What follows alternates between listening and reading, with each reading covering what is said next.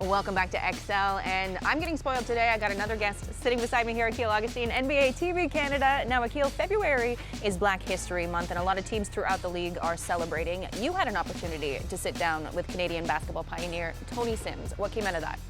Well, I think what came out of it was an opportunity to share his story and how he was someone who trailblazed for young black men in Canada. We hear so much about what's happened down south through the storytelling channels of NBA TV and through the team's networks, but very seldom do you get to hear about what happened up here, and this was a chance we had to take in sharing Tony Sims' story, his ride through not only the world of basketball, but penetrating the Canadian basketball program. All right, I look forward to this one.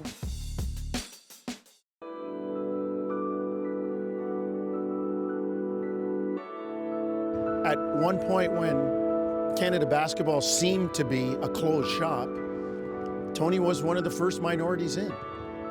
And he was good, and then, there was almost no way you could deny this guy. It's like a bitter and a sweet taste, right? Because I had made the Olympic team, and they know I was a dominant player. They know I was better than them, and they were playing before me, and I just didn't understand that. I just wasn't about to have it. And I talked to the coach. I said, "Yeah, you need to send me home. I got to go home. This is not good for me, I believe you're making some decisions that's not going to be in my best interest. And the guys you're playing ahead of me, they know themselves, and I'm busting their ass in practice. I'm not going to be here any longer, so send me home." And I just wanted to win. I just wanted Canada, the team, the place, the country that has given me so much. I just wanted them to be so proud and to win, to be a part of the top one, That's it. And that happened for us in 1983. They called it American Wood. We won the gold medal in the World Student Games, the first time Canada ever won a game, our gold medal. And we did it at home. So that was the greatest and proudest moment in my life. The night when my first biggest moment with the Olympic team happened was against the best team in the world, which was Yugoslavia. They were ranked number one. They were one country at the time. And, I didn't know all of this was going to happen, but when it happened, the coach said to me, "Sims, you're starting." And then he said, "You have to guard Dražen Petrovic." I didn't know who Dražen Petrovic was. Everybody else knew, and they were looking at me like, whoa. He could play in the NBA, Gary. There's no doubt in my mind he definitely could play in the NBA. They were telling me how great this guy is. He's the greatest in the world. He's the number one guy. All the coaches on the planet talked about him. No one ever mentioned Sims. He didn't exist, right? At the end of the day, we won against Yugoslavia. I was the MVP. I scored the most points in that game, and I was given the Casio Award. That's it. I never looked back. I started from the Olympic team and the national team from that point on.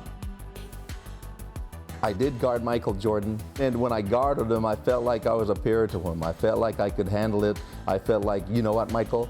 I'm here to give you some Sim stuff, too. You're here with Michael stuff, I've got some Sim stuff for you. I really felt great about that. It was one of the greatest experiences. How do you talk about Michael?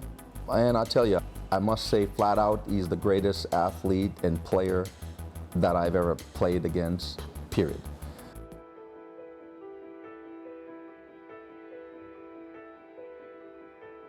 Look, all the NCAA schools, it's known they're coming here to recruit the kids, and there were black kids. Why aren't the black kids given a chance to try out? Well, I'm the token guy, so I was supposed to be quiet. Unfortunately, I didn't feel like that. And it was tough. And, thankfully Tony got in and kind of said, "Hey, there's lots of guys who can play in this area." It is a darkness when you have, very talented people across the country of Canada wanting to give all they got to play for a country like this. And so I have to speak about that in honesty and frankly. Now when we look back at it, I don't know if it would still be going on, but the point is somebody had to start it. You can never get better if the kids don't know the history. Part of that is to really share and relate to them and reflect with them the great things that you can bring from them. Sometimes someone just needs to know that you're there for them. Sometimes someone does need to hear you say thank you. A legacy should be something that lives on.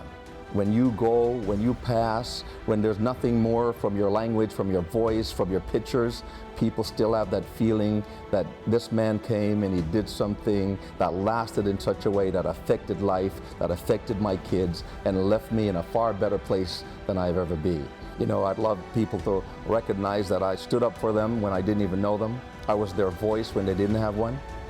A legacy is where I'm a champion. I've proven that. Nothing can take that away. This is who I am.